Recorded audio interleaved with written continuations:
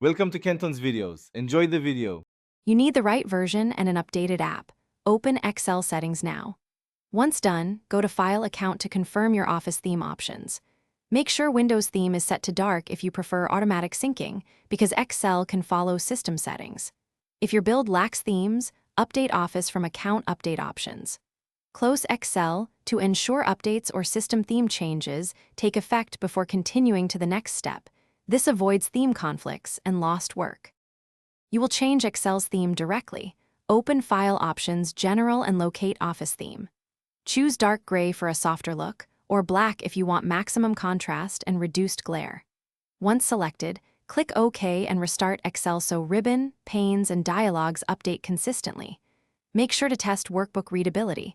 Cell fill colors and grid lines can appear different under black. If you use Excel with System Theme Sync, check Windows settings too, because system overrides can revert colors.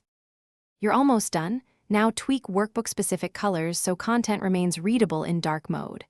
Once done, use page layout themes or manually change cell fills and font colors to preserve contrast. If Excel has a separate App Dark Mode toggle in Account, enable it for consistent behavior. Make sure to restart Excel after changes.